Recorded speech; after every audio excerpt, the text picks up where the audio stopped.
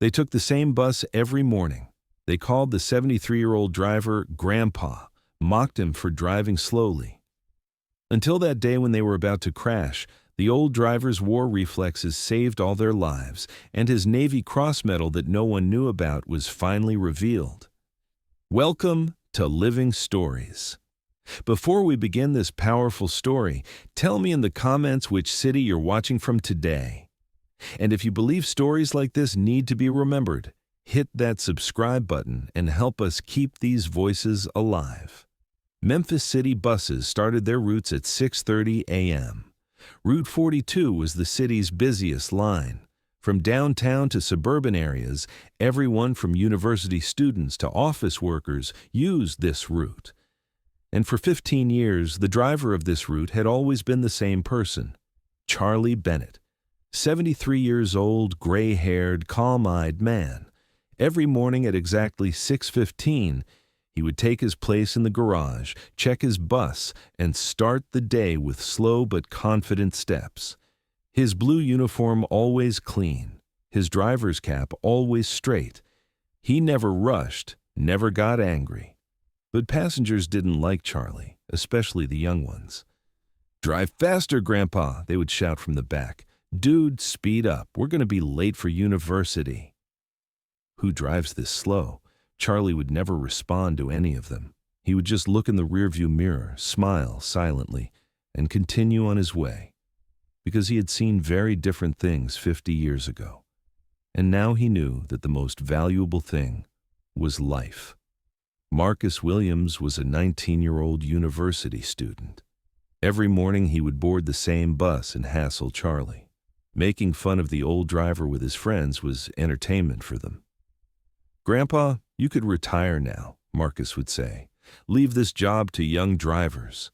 Charlie would only say, "Good morning, son," and never get angry. 15 years. Charlie had been working the same route for exactly 15 years. Every day he would come to the same stop at the same time and wait for passengers. He would help elderly women, transport children safely, give extra time to disabled passengers. But the impatience of young people was gradually increasing.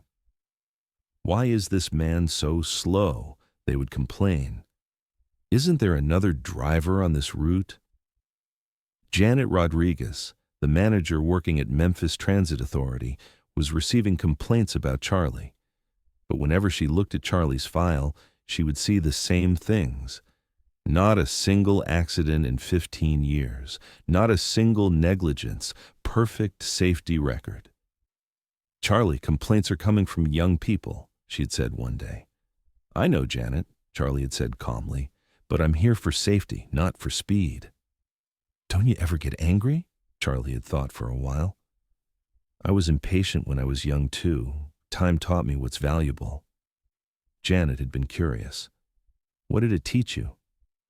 But Charlie hadn't answered. He would just smile and return to his work. In Charlie's house, in the small closet in his bedroom, there was a box, old, wooden, with no markings on it.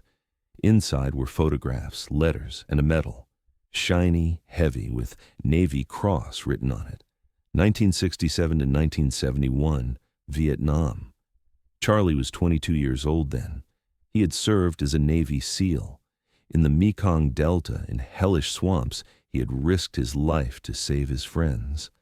That medal had been given the day he saved 15 friends under enemy fire. But Charlie never talked about it. The war was over. It was in the past. Now he had another mission, to transport people safely. But despite being 73 years old, those old reflexes still lived in his body. His hands were still precise, his eyes still alert, his mind still sharp. Only no one knew. Until that day came. March 15th, Thursday morning. It was raining. The roads were wet. Charlie was in the garage at 6:15 as usual. He checked his bus, brakes okay, engine fine. He was ready for the day. They started boarding from the first stop. Marcus and his friends, 3 middle-aged women, 2 elderly men, several office workers, 47 passengers total. Marcus had started again. "Grandpa, let's go a bit fast today. I have a final exam." Charlie looked in the rearview mirror. "I'll get you there safely, son." Not safely. Quickly. The bus left the city center and entered the main road. This section was the most dangerous part, winding, hilly, with a creek on one side. Charlie was always extra careful here. Just then he noticed. When he pressed the brake pedal, the bus wasn't slowing down. At first, he stayed calm. Maybe the pedal was a bit soft. He pressed again. Nothing. The brakes were completely gone. The bus was traveling at 60 kilometers per hour on the winding road. Ahead of them was a sharp 90-degree turn, and at the end, the creek. The passengers hadn't understood yet, but Charlie understood. And at that moment, the Charlie from 50 years ago returned. SEAL training. Stay calm, evaluate options, find the best solution. First option, handbrake. But at this speed, it would cause lateral skidding, the bus would roll over. Second option, stop the engine. But they would lose control on the curve. Third option, physics, use friction to reduce speed. Charlie slowly started pulling the bus to the right. He scraped against the guardrails. Metal friction sound, sparks. Passengers started screaming. "What's happening?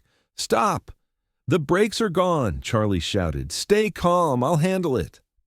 The bus was still too fast. Friction against the barriers had slowed it down, but it wasn't enough. The curve ahead was approaching. They had 30 seconds. Charlie's brain was making hundreds of calculations per second. Just like in Vietnam, he had to find a solution. 47 lives were in his hands. And then he saw it. On the left side of the road, before the curve, a small dirt road going uphill. If he could steer there, the slope would stop the bus. But it was an extremely risky maneuver. A slightly wrong calculation, the bus would flip. Marcus was shouting from the back seat, "Grandpa, what are you doing? Stop this thing!" Charlie looked in the rearview mirror. There was panic in the young people's eyes, but there was determination in Charlie's eyes. "I haven't lost any of you in the last 50 years, he said in a calm voice. "I'm not going to lose you today either." And he sharply turned the steering wheel to the left. The bus left the main road and entered the dirt road. G-force pinned passengers to their seats. Charlie was gripping the steering wheel tightly, controlling every vibration. The dirt road was going uphill. Physics began to work. Gravity was slowing the bus down, but there was still a risk of losing control. Charlie cut the gas, put the engine in braking mode, his hands precise on the steering wheel, his eyes focused on the road. Just like when he operated patrol boats 50 years ago, 20 meters, 15 meters, 10 meters. The passengers had fallen silent. Only the sound of the engine and heartbeats could be heard. 5 meters, 3 meters, 1 meter. The bus stopped. Complete silence. 47 people were alive. Marcus was the first to speak. How did you do that?" Charlie removed his hands from the steering wheel. They were trembling. Adrenaline was still high. "Experience," he said simply. Passengers started getting off one by one.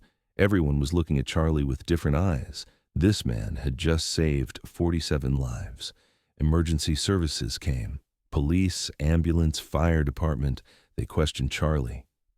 "Sir, how did you stay so calm?" "I've seen worse," Charlie said. "What do you mean?"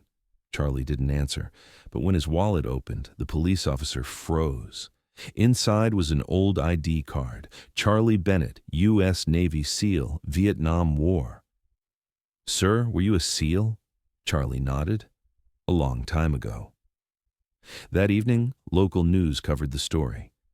73-year-old bus driver saves 47 passengers' lives. But the real story came out the next day. Marcus had started researching Charlie, Vietnam War records, Navy SEAL databases, and what he found shocked him. Charlie Bennett served in Vietnam 1967 to 1971. 15 personnel rescues under fire. Navy Cross recipient, highest honor below Medal of Honor. Marcus left home and went to Charlie's house. "Mr. Bennett?" "Yes, son?" I'm Marcus, the student from the bus. I remember. How are you? Fine, but I found out who you are. Charlie stopped. What did you find out? Navy Cross, Vietnam. You saved 15 people. Charlie was silent for a while. Then he opened the door. Come in. They sat in Charlie's living room. There were no war photos on the walls, no medals, just family photos. Why did you never mention it? Marcus asked. Because the past should stay in the past. But you're a hero, Charlie smiled. Son, heroism isn't just done in war. I try to be a hero every day by making sure you get to school safely. Marcus was beginning to understand. Is that why you drove so slowly? 47 people's lives are in my hands. That's more than the 15 people in Vietnam. So where's your medal? Charlie got up, brought the small box from the bedroom. Inside was the Navy Cross, shiny, heavy, honorable. Here it is, but my greatest honor is not having lost anyone in 15 years. The next week, there was a change at the bus stop. Passengers were looking at Charlie differently. Marcus and his friends were sitting in the front respectfully. Good morning, Mr. Bennett, Marcus would say. Good morning, son, Charlie would respond. No one was asking for speed anymore. Everyone knew that in those hands was 50 years of experience, and that experience was protecting their lives. One day, a young passenger shouted from the back seat, "Driver, speed up a bit!" Marcus turned around. Who are you, man? This man can save your life. Be respectful. Charlie smiled in the rearview mirror. Finally, they had understood. Months passed. Charlie's story had become legend in the city, but he hadn't changed anything. He still came at the same time, drove with the same care, worked with the same calmness. One day, Marcus had asked, Mr. Bennett, do you ever regret it? You could have done big things after the war. Charlie had answered, Son, what's a big thing? I touch hundreds of people's lives every day. I take them home safely. Is there anything bigger than that? And that day, Marcus understood. True heroism isn't lived in medal showcases, but in daily life, quietly, humbly, but with determination. Today, Charlie Bennett still works for Memphis City Buses, still 73 years old, still the same route. But now no one calls him Slow Grandpa, because everyone knows that in those hands isn't just a steering wheel, but the power to protect lives. Charlie taught us this: age is just a number. Experience is a priceless treasure, and true heroes aren't always where they can be seen. Sometimes they serve quietly in bus seats, in their daily routines.